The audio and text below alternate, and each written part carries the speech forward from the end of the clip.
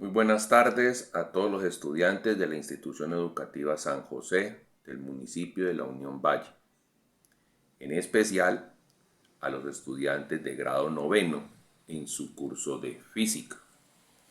Este es un video preparado por el docente Reinaldo Lasprilla y tiene como propósito analizar un problema concerniente al movimiento parabólico.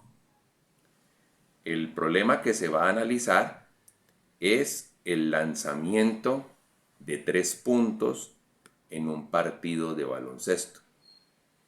Para ello entonces utilizamos las medidas reglamentarias dadas por la Federación Internacional de Baloncesto Asociado, FIBA. Entonces miremos el dibujo con el contexto adecuado. Como podemos ver allí en el dibujo se ven varios detalles. Lo primero es que vamos a suponer que la altura del jugador es 1,80 metros y que las manos de él para agarrar el balón están 10 centímetros por encima de su cabeza. Lo que me lleva entonces a que la altura que va a tener inicialmente el balón sobre el piso van a ser 1,90, 1,90 centímetros. Es desde ese punto que se va a asumir el origen de coordenadas, ya que en este punto tendríamos el origen de coordenadas X y Y. Entonces, ¿la búsqueda cuál es? La búsqueda es cómo hacemos para que la bola entre, como llamaríamos entre comillas, limpia, sin tocar el tablero, a la cesta. Para eso debe haber una velocidad inicial adecuada y un ángulo de inclinación adecuado. Pero ¿dónde queda la cesta? Según el reglamento de la FIBA, para uno hacer una localización de la curva de 3 puntos, debe tener en cuenta primero que la cesta se encuentra a 3,05 metros sobre el suelo. Entonces, la cesta se encuentra aquí, a esa altura, 3,05 metros. Y que desde el centro de la cesta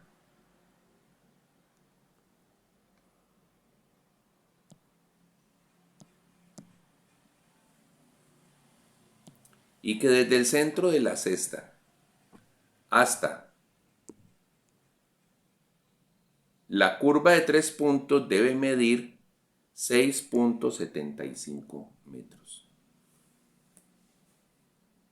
Entonces, alguno se podría haber tentado a decir que las coordenadas que necesitan el movimiento parabólico que se cumplan para lograr la cesta es que cuando tengamos desplazamiento horizontal igual a 6,75 tengamos como desplazamiento vertical igual a 3,05. Eso sería cierto si el cuerpo saliera desde el suelo para llegar allá. Y resulta que esa no es la trayectoria que estamos buscando. ¿Por qué? Porque no es un balón que sea accionado con el pie para que llegue y caiga en una cesta. No, es un balón que se lanza con las manos bajo la técnica de lanzamiento por encima de la cabeza, o sea, donde aparece el balón aquí, con una diferencia de altura de 1,90 metros. Por ello, realmente, ¿qué es lo que vamos a buscar? Vamos a buscar cómo garantizar. Si a ese 3,05 le restamos el 1,90 de la altura del balón inicialmente, entonces nos da 1,15 metros. Y es ese 1,15 metros el que rige el movimiento. Entonces podemos ver que lo que tendríamos que buscar es ¿qué se necesita para garantizar que cuando tengamos 6,75 metros de distancia horizontal tengamos en ese mismo instante 1.15 metros de distancia vertical. Ahora miren una pregunta que es muy importante para resolver. ¿En cuántas ocasiones el balón podrá estar a 1.15 metros de altura? Cuando miramos la trayectoria, nos damos cuenta que la respuesta a esa pregunta es 2 veces.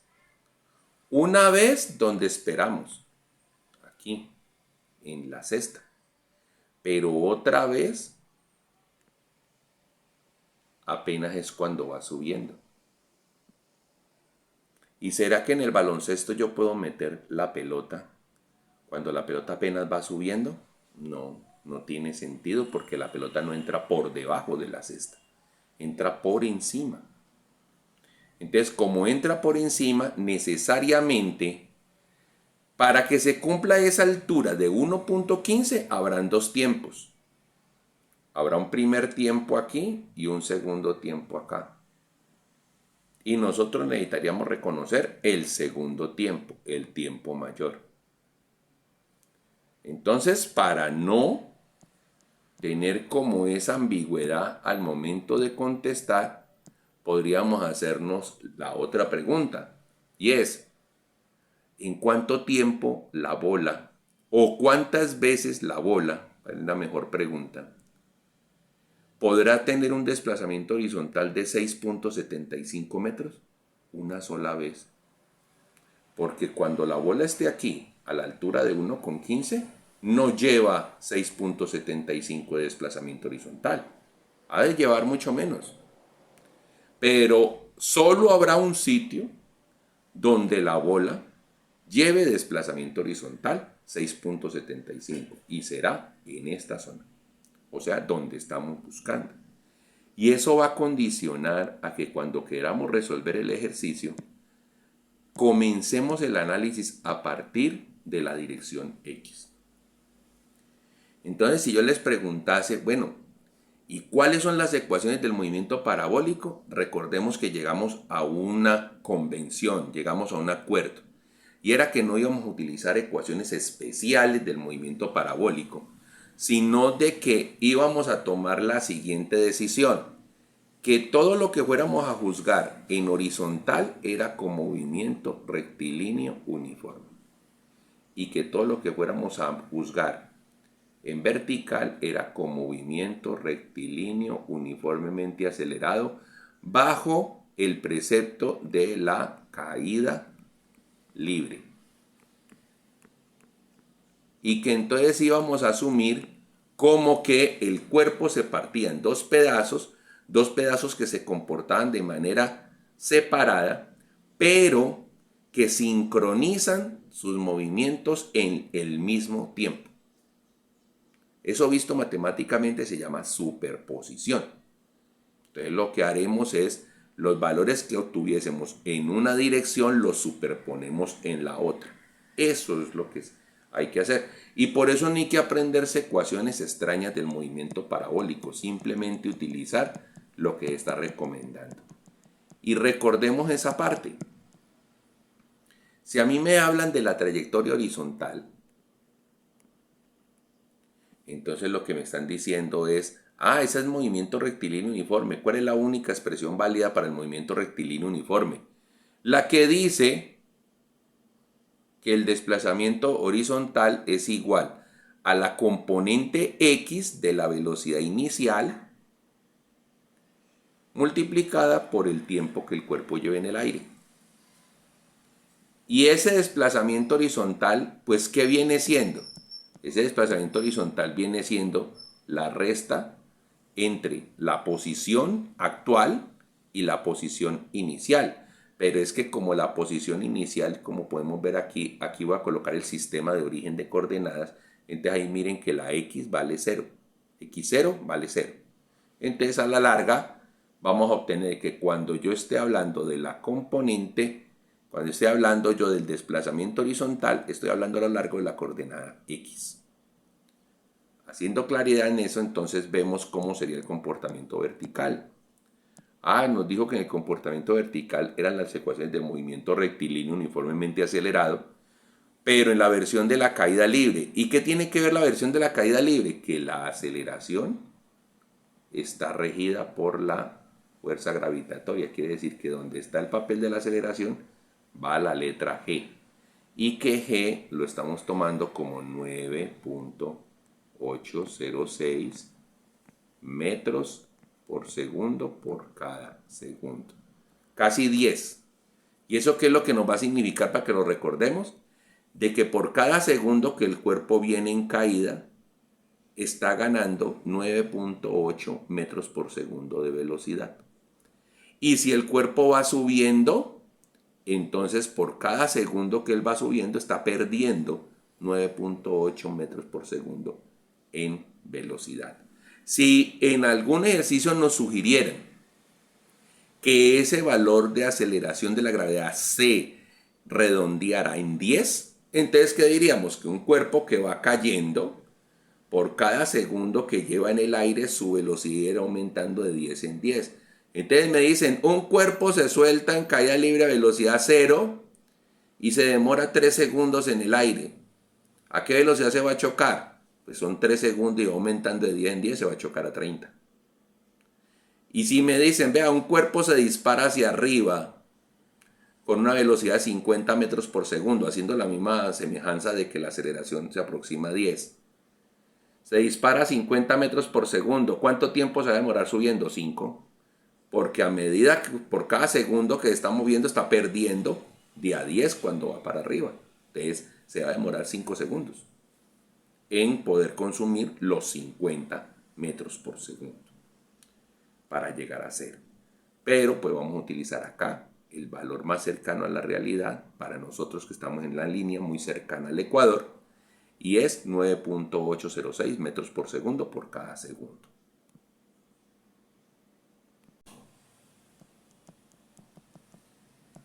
Bueno, entonces, acordándonos que son esas ecuaciones, vamos a decir que tenemos dos en el movimiento rectilíneo uniformemente acelerado caída libre. La primera de ellas, acordándonos que desplazamiento vertical vendría siendo la diferencia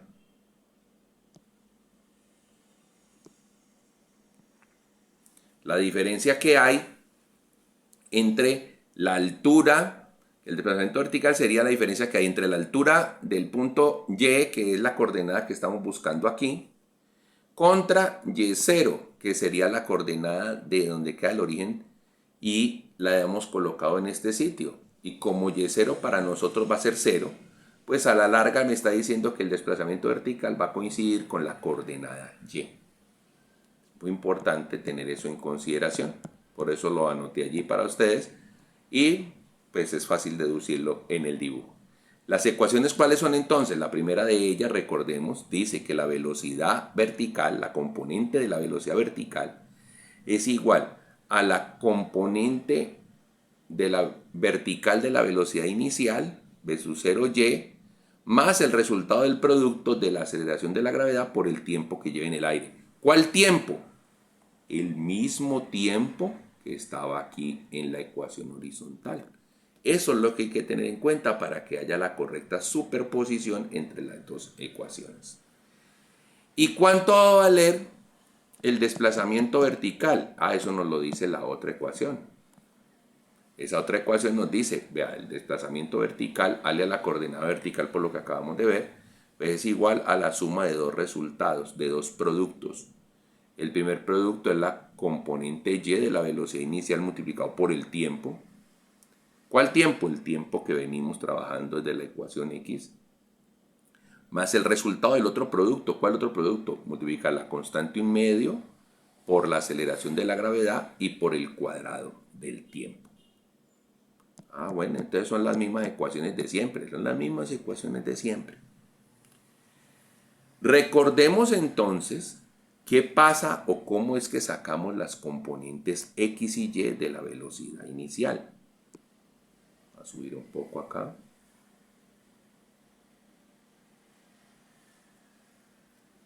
Y si vemos a mano derecha, encontramos entonces que hay un triángulo.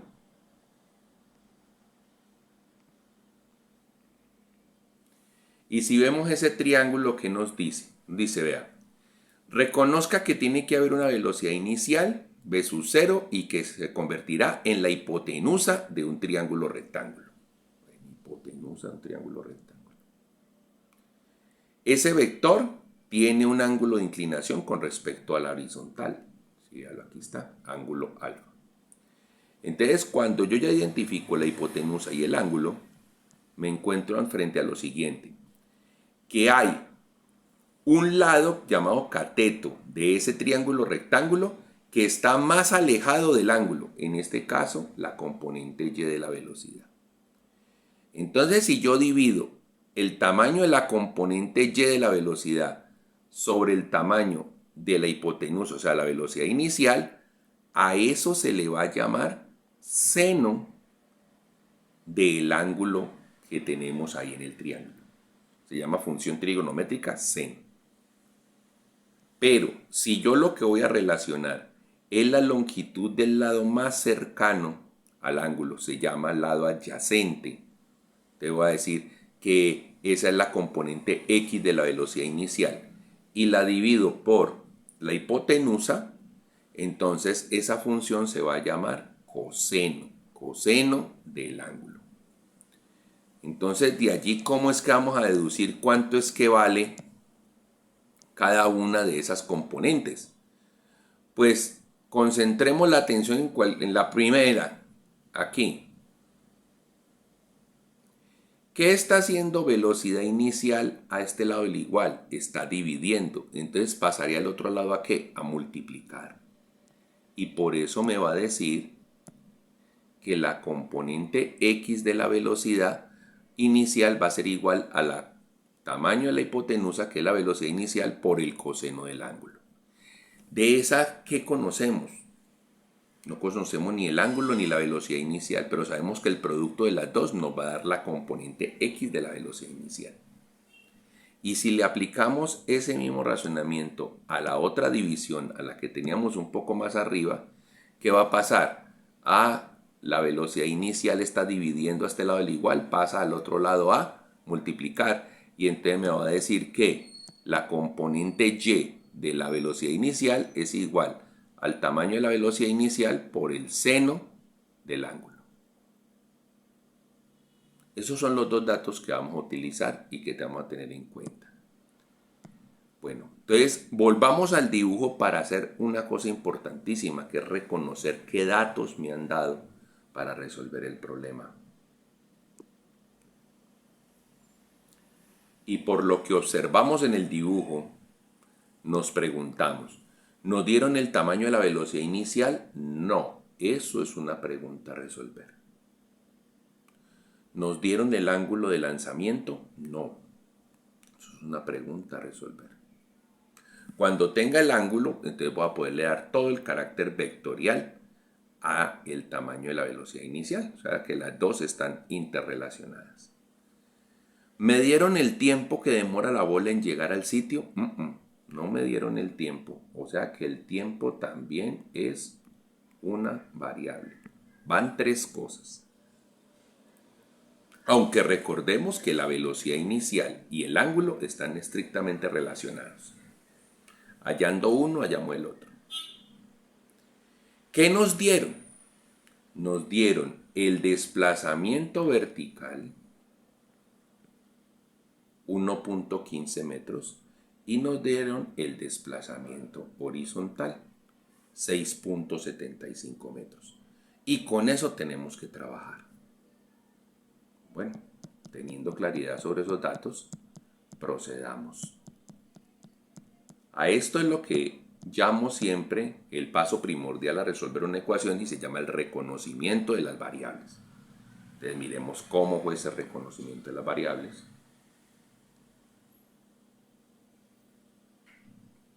¿Y qué nos dice? Efectivamente. Vamos a agrandar un poco.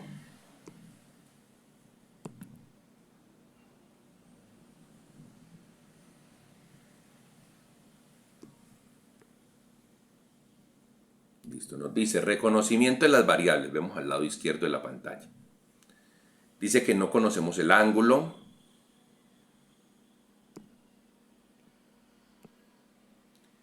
Dice que no conocemos el tamaño de la velocidad inicial. Dice que no conocemos el tiempo en el aire, pero que sí conocemos el desplazamiento horizontal, que de acuerdo a donde pusimos el origen de coordenadas, que es el sitio donde sale el balón, pues ese desplazamiento es hacia el lado positivo de las X, por eso dice 6.75 metros en Y, y que el desplazamiento vertical, como es hacia arriba, es decir, hacia el lado positivo del eje Y, entonces le decimos que es 1.15 metros en J. Ahora, de acuerdo a la deducción que hicimos ahora, si yo comenzara por la dirección Y, analizar el movimiento de la dirección Y, me vería abocado a que encuentro dos instantes de tiempo distintos donde la altura es 1,15. Entonces, para no entrar en esa discusión, comenzamos con la dirección X porque habrá un solo momento en que el cuerpo tendrá un desplazamiento horizontal que valga 6.75 metros. Entonces, miren, tomamos para inicio de trabajo la dirección X. Entonces tomamos la ecuación, y la ecuación, ¿qué es lo que nos dice? Recordemos, la ecuación dice desplazamiento horizontal igual a velocidad inicial en X multiplicado por el tiempo. Listo. Bueno, entonces reemplacemos. ¿Quién es el vector velocidad inicial proyectado sobre el eje X? Pues todo vector tiene tamaño y dirección.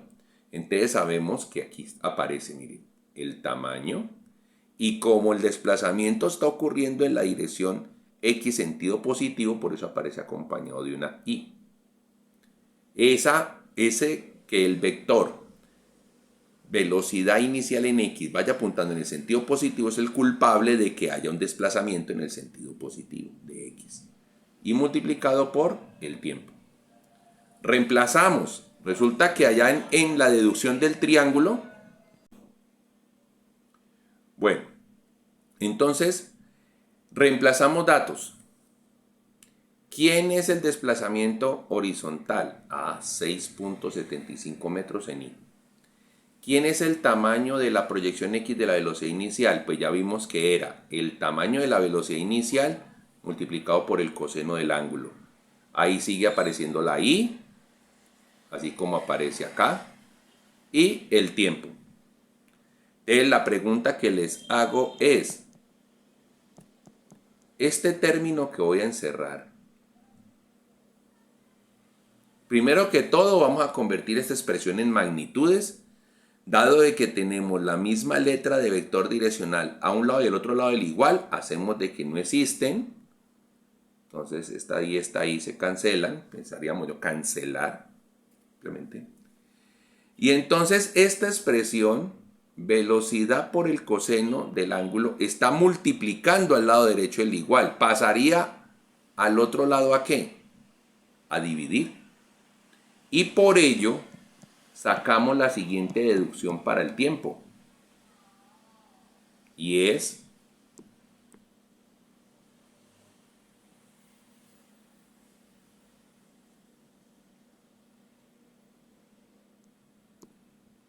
de que el tiempo va a ser igual entonces a el tiempo que va a llevar el cuerpo en el aire va a ser igual a 6.75 metros dividido el resultado del producto entre la velocidad inicial, el tamaño de la velocidad inicial y el coseno del ángulo.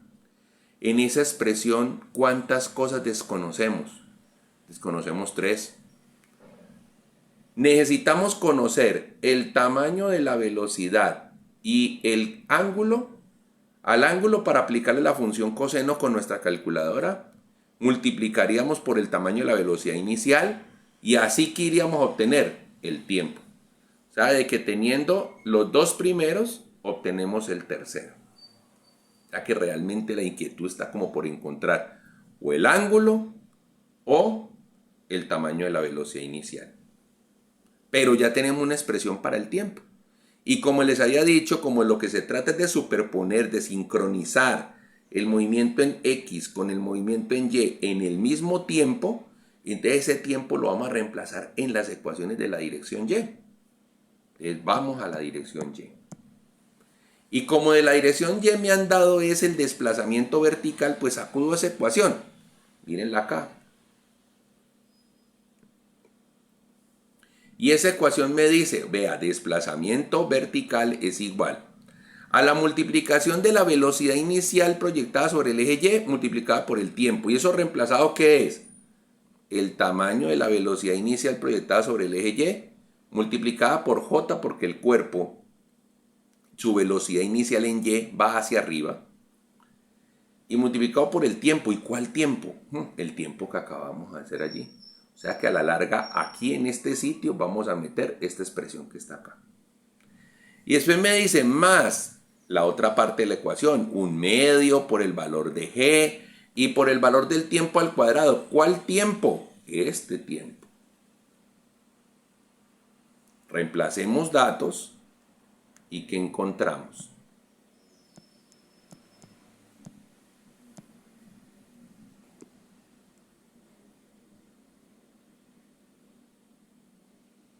Dice,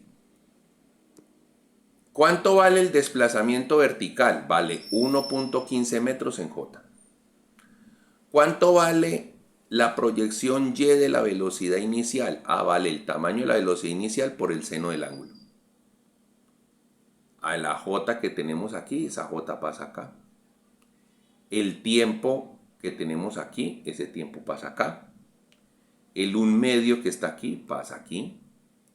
Y esta G la convertimos en tamaño G por J negativo. ¿Y por qué por J negativo? Porque la aceleración de la gravedad siempre va para abajo, siempre hacia abajo. Es menos J. Y por el tiempo al cuadrado. Venga, pero es que el resultado dice 1.15 J positivo. El B sub 0 por seno de alfa tiene J positivo, pero la otra última parte, el de G por el tiempo al cuadrado, tiene J negativo. Entonces el menos de ese J lo vamos a volver positivo, multiplicando este menos por este más y se va a convertir en un menos. Entonces va a dejar de ser una suma para convertirse en una resta y por eso es que aparece este signo menos aquí. Entonces nos dice, ahora se sustituye la expresión lograda para el tiempo. Acordémonos que ¿qué decía del tiempo? Decía que el tiempo era igual a 6.75 metros dividido el producto de la velocidad inicial por el coseno del ángulo. Te reemplacemos.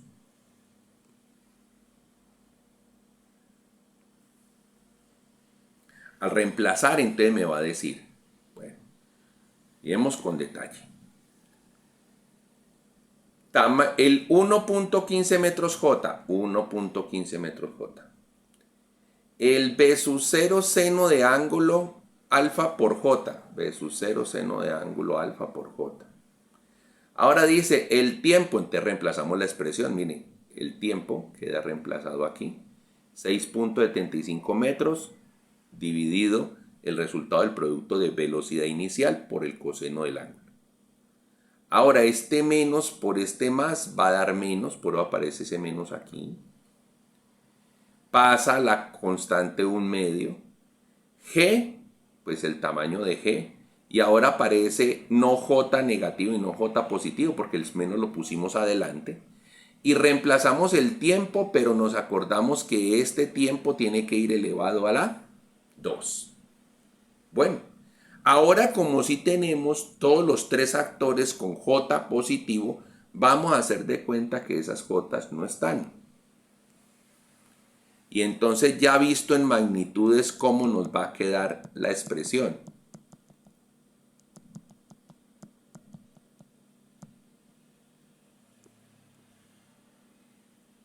Entonces miren, la expresión me va a decir 1.15 metros igual a tamaño de la velocidad inicial por el seno del ángulo, por la expresión que tenemos para el tiempo, menos el resultado de multiplicar 1/2 ¿Por cuánto es que vale G? 9.806 metros sobre segundo al cuadrado. Y por la expresión que tenemos para el tiempo elevado al cuadrado. Y observen un detalle, vamos a concentrarnos en el primer término de la derecha. Mire que aquí aparece velocidad inicial dividiendo y aparece velocidad inicial multiplicando, lo que implica que se van a cancelar. Y ahora resulta que existe una función trigonométrica que cuando usted relaciona el seno de un ángulo con el coseno del ángulo, resulta ser una función que se llama tangente del ángulo. Entonces, tangente va a ser igual a seno sobre coseno. Tangente del ángulo va a ser igual a seno sobre coseno. ¿Y por qué traigo alusión ese término? Porque miren que aquí está el seno multiplicando y el coseno dividiendo. O sea que al final todo este pedazo va a terminar dando 6.75 por la tangente del ángulo. ¿Listo? Vamos a tener eso en cuenta más adelante.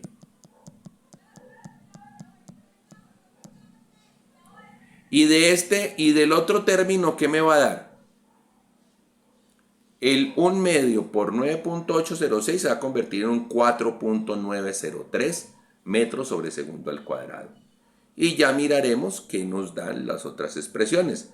Este 2 que está aquí afecta tanto al numerador como al denominador. O sea que nos va a resultar el 6.75 elevado a la 2, la velocidad inicial elevada a la 2 y el coseno al cuadrado del ángulo. Porque el 2 afecta tanto al numerador como al denominador. Todos esos cálculos nos van a llevar a lo siguiente. Vamos a mirar.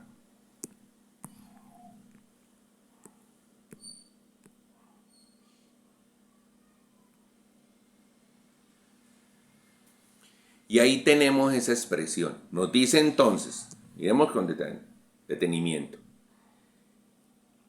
1.15 metros igual a, ya habíamos dicho que el primer término nos daba los 6.75 por la tangente del ángulo.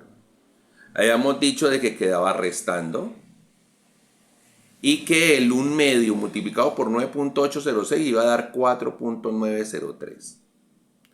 Que el 6.75 iba a quedar afectado por el 2, que la velocidad inicial iba a quedar afectada por el 2 y que el coseno iba a quedar afectado por el 2.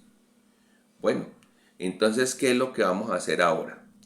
Yo necesito despejar la velocidad inicial. Y miren que la velocidad inicial, ¿dónde está? Se encuentra aquí. Entonces, y se encuentra en un término que a la larga está restando. Entonces, ¿cuál es mi recomendación para empezar a despejar esta parte?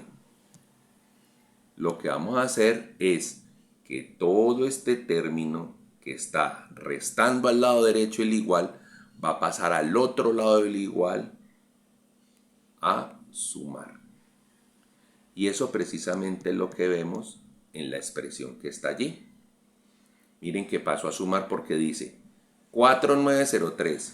Ahora 6.75 metros al cuadrado, que termina siendo 45.5625 metros cuadrados.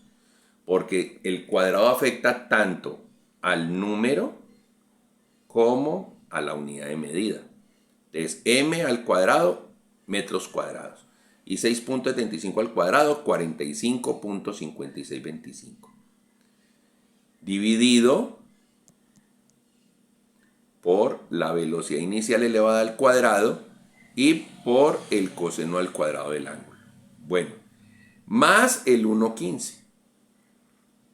¿Y qué quedó al otro lado? El 6.75 por la tangente del ángulo. Bueno, como hay que quitarle compañías a la velocidad inicial, entonces este 1.15 a este lado del igual está sumando.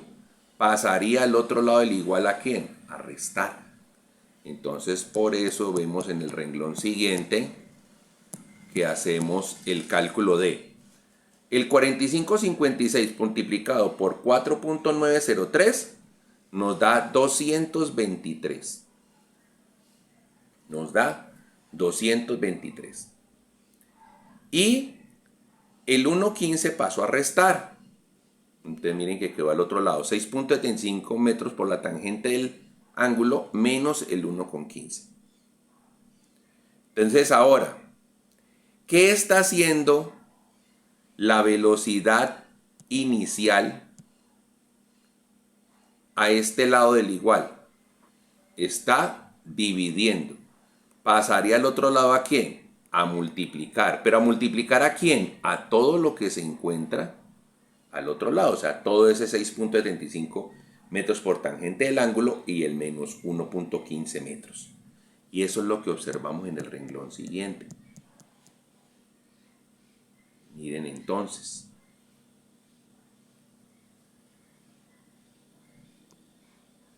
¿Qué nos quedó a este lado? Nos quedó el 223.39 y el coseno al cuadrado del ángulo. Y al otro lado nos queda el 6.75 por tangente menos el 1.15 multiplicado todo por el cuadrado de la velocidad. Entonces, ¿qué nos queda faltando para poder tener una expresión para la velocidad inicial? Esto que está encerrado entre paréntesis está multiplicando este lado del igual. Pasaría al otro lado a dividir. Entonces, como pasa al otro lado a dividir, ¿qué vamos a tener en cuenta? ¿Qué nos va a quedar como resultado? Nos va a quedar que la velocidad inicial elevada al cuadrado va a ser igual a 223.39 dividido el producto de lo que teníamos en el paréntesis 6.75 tangente de ángulo menos 1.15 multiplicado por el coseno al cuadrado del ángulo. Pero aquí tenemos una problemática y es que yo no estoy pidiendo el cuadrado de la velocidad inicial, estoy pidiendo es el valor de la velocidad inicial. Entonces, ¿cómo me quito yo este 2 de encima? Pues ese 2, ese exponente 2, la operación contraria es la radicación, en este caso la raíz cuadrada. Entonces por eso optamos por sacar raíz cuadrada a este lado y raíz cuadrada a la expresión del otro lado para conservar la igualdad. ¿Y eso a qué me lleva entonces? Me lleva a que pudiéramos decir que este 2 y este 2 se cancelan. Y entonces me va a decir que tenemos ya una expresión para la velocidad inicial. Velocidad inicial igual a la raíz cuadrada de la siguiente división. En el numerador, 223.3929375 metros cúbicos, dividido el resultado del producto entre la resta de 6.75 metros por tangente de ángulo menos 1.15 metros, multiplicado por el coseno al cuadrado del ángulo, y eso da en unidades de segundos al cuadrado. Ustedes miran así, pero la unidad de velocidad son metros por segundo, o sea que dentro del radical debería dar metros cuadrados sobre segundos al cuadrado. Es que recuerden que de aquí sale una unidad metro, y ese metro a la 1 con este metro a la 3, pues recordemos que cuando hay división de potencias que tienen la misma base, los exponentes se restan. Entonces 3 menos 1, 2. Entonces va a dar metros cuadrados. O sea que tenemos una expresión correcta. ¿Qué es lo que quiero que observen y analicen? Es que a la larga en esa expresión no tenemos forma de sacar una deducción directa del ángulo propicio. Lo que sí sabemos es que si yo establezco un ángulo, entonces ese ángulo me va a dar el valor de la tangente, el valor del coseno al cuadrado, y cuando yo lo meta en toda esa expresión voy a obtener por resultado un valor de velocidad inicial. Entonces, para poder encontrar la solución que estamos buscando, lo que les he traído como propuesta es utilizar varios tipos de ángulos y ver cómo se comporta el valor de la velocidad inicial. Y ya conociendo el ángulo y conociendo la velocidad inicial, sabemos que podemos conocer el tiempo. Entonces he hecho una tablita y vamos a concentrar nuestra atención en esa tablita.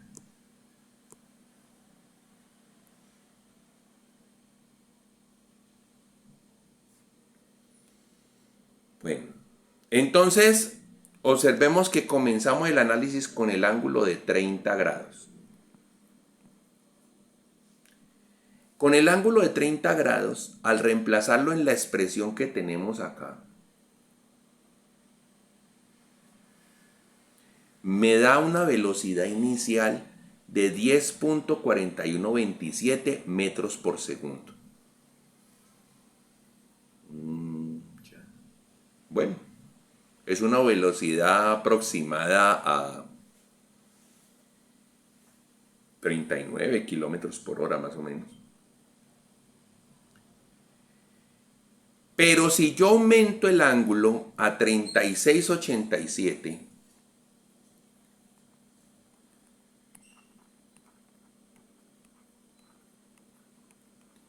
¿qué observamos que ocurre con el tamaño de la velocidad? Rebaja.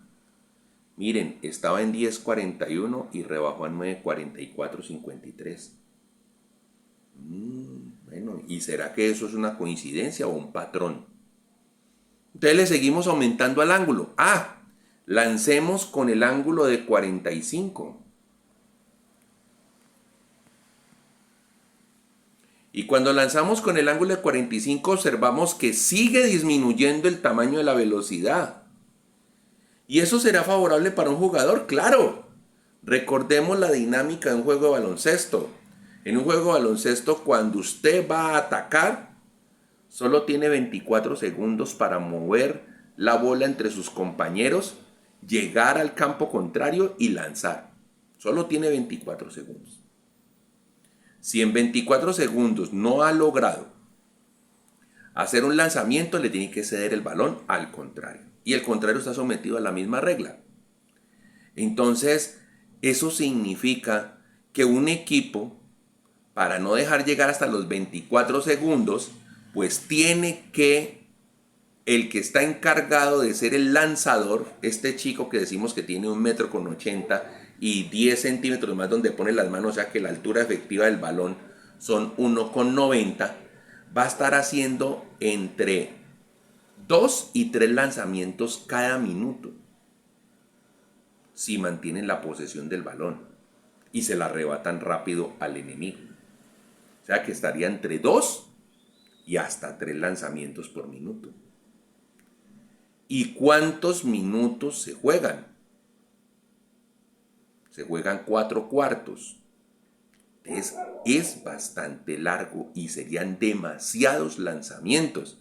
Y entre más velocidad yo le tenga que dar al balón, significa que tengo que invertir más energía de la que tengo en el cuerpo. O sea, de que entre más alta sea la velocidad que le tengo que dar al balón, más me voy a cansar como lanzador. O sea, de que si a mí me enseñan la fórmula bajo la cual yo tengo que lanzar con un cierto ángulo propicio para disminuir la velocidad que yo le debo imprimir al balón, eso es beneficioso para mí para permanecer en el partido, porque ahorro energía. Y estamos viendo que a medida que está incrementándose el ángulo, está bajando la velocidad inicial. Y entonces algunos dirían y recordarán en clases anteriores, usted dijo que el ángulo propicio era 45, eso ya lo sabíamos. Sí, pero el ángulo propicio es 45 cuando sucede esta situación, de que el plano de donde usted hace la salida del objeto es el mismo plano horizontal sobre el cual aterriza. Pero aquí no tenemos esa situación. ¿Por qué? Porque la cesta no está en el mismo plano, está a 1.15 más arriba. Entonces, como está a 1.15 más arriba, no se cumple lo del ángulo de 45. Entonces, seguimos explorando. Y entonces ya hemos visto que hay un patrón donde estamos encontrando que la velocidad está disminuyendo al aumentar el ángulo. Pero entonces miramos el ángulo de 48 y con ángulo de 48 sigue disminuyendo. ¿Y hasta dónde disminuirá? Sigamos explorando. Llegamos al ángulo de 50. Y miren que ya descendimos desde 10.41, que estaba con el ángulo de 30, hasta 8.8556 en el ángulo de 50. Desde el ángulo de 30, 10.41. En el ángulo de 50, 8.8556. Y si le sigo aumentando el ángulo, mire que le aumenté a 51. ¿Y qué pasó? Ya en 51 empezó a aumentar porque subió a 8.8599. Una diferencia poco palpable, pero entre 50 y 51 fue el ángulo propicio. Para 50 es lo que tenemos allí. Ya cuando le subí a 53.13, miren de que ya volvió a subir la velocidad hasta 8.89. Y cuando le subo hasta 60, ya llegamos al nivel de 9.20. Ya empezó a subir bastante. Entonces encontramos que el ángulo propicio para hacer ese lanzamiento, dado de que hay diferencias entre el plano horizontal de lanzamiento y el plano horizontal de llegada de la bola, 1.15 metros, entonces el ángulo propicio fueron 50 grados. Porque ahí va a ser más eficiente el lanzamiento. Ahora, ya teniendo ese dato, ángulo de 50 y 8.85, miremos cómo fue el comportamiento de los tiempos. Entonces ya sabemos con respecto a la velocidad que en ángulo de 50 fue donde logramos el menor valor. Vamos ahorita a revisar qué pasa con el tiempo.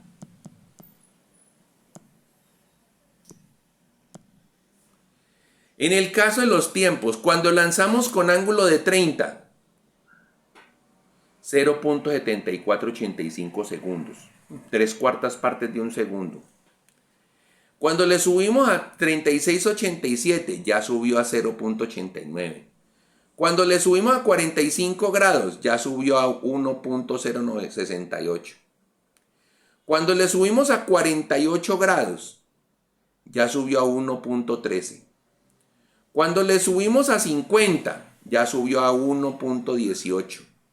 Cuando le subimos a 51, 1.21. Cuando le subimos a 53, 1.26.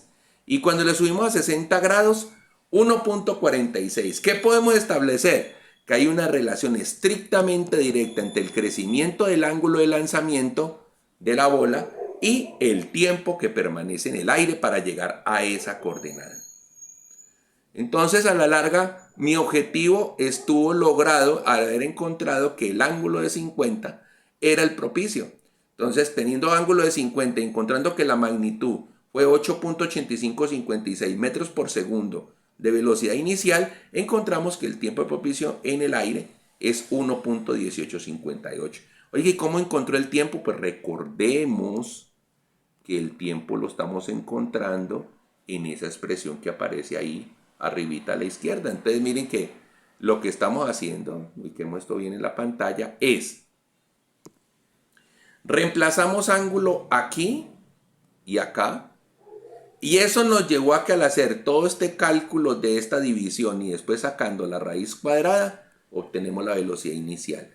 Y cuando tenemos la velocidad inicial, reemplazamos otra vez el ángulo aquí y la velocidad inicial acá, ¿y qué vamos a obtener? El tiempo. Entonces, ¿qué recomendación le vamos a dar a nuestro deportista que tiene 1,80 m de altura y que es capaz de soltar el balón a 10 centímetros por encima de su cabeza? Le vamos a decir que tiene que tiene que ponerse a practicar lanzamientos buscando que el ángulo de salida de su balón sean 50 grados con respecto a la horizontal. 50 grados con respecto a la horizontal. Más o menos este ángulo. Y que así es que la pelota va a garantizar que él, con la precisión que tiene que darle, va a garantizar que siempre va a entrar esa pelota limpia y que ha gastado la menor cantidad de energía de su cuerpo porque imprimió el menor valor de velocidad inicial posible. Espero que, dado que entre el público hay tanto deportista, haya quedado plenamente comprendido este estudio del baloncesto. Algunas personas piensan, no, eso es suerte, es que eso es lanzar hasta que eso salga. No, no, no. Las cosas tienen una técnica. Y esa técnica, cuando se desarrolla y cuando se analiza, a pesar de que nosotros no es que salgamos a la cancha a hacer cálculos, la intuición del entrenamiento nos lleva a que hemos asumido esos cálculos y hemos podido realizar lo efectivo.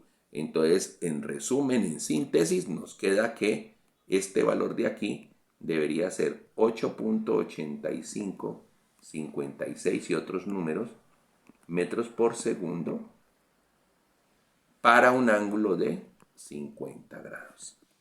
La pregunta que les hago es, ¿y si mi lanzador no tiene esa altura, sino que es más alto?